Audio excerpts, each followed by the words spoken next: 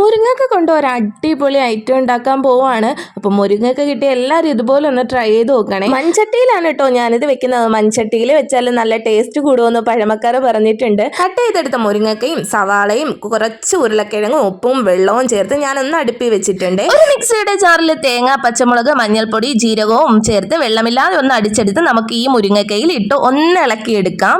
നന്നായി ഇളക്കിയ ശേഷം നമുക്ക് കുറച്ച് വെള്ളം കൂടി ചേർത്ത് ഒന്ന് അടച്ചു വെച്ച് കൊടുക്കാം. ഒരുപാട് വെള്ളം ചേർക്കണ്ട കേട്ടോ, മുരിങ്ങക്ക് അധികം വേവില്ല.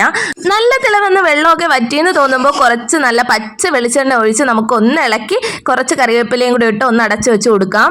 ഇനിയും എന്റെ വീഡിയോ സബ്സ്ക്രൈബ് ചെയ്യാതെ കാണുന്നവരാണെങ്കിൽ ഒന്ന് സബ്സ്ക്രൈബ് ചെയ്തിട്ട് കാണണേ. അടിപൊളി ടേസ്റ്റി ഹെൽത്തി ആയിട്ടുള്ള മുരിങ്ങക്ക അവിയൽ ഇതായി റെഡി ആയിട്ടുണ്ട്. മൺചട്ടിയിലായതുകൊണ്ട് കുറച്ച് മാറ്റം കൂടും കേട്ടോ ഇതിന്. നല്ല ടേസ്റ്റി ഫുഡാണ്. അപ്പൊ എല്ലാവരും ഒന്ന് ട്രൈ ചെയ്ത് നോക്കുക. പിന്നെ എന്റെ ഈ കുഞ്ഞു വീഡിയോ ഇഷ്ടമായ ലൈക്കും ഷെയറും സബ്സ്ക്രൈബും ചെയ്യണേ. പുതിയൊരു റെസിപ്പിയുമായി വീണ്ടും കാണാം. ഈ വീഡിയോ ഒന്ന് മിന്നിച്ചേക്കണേ.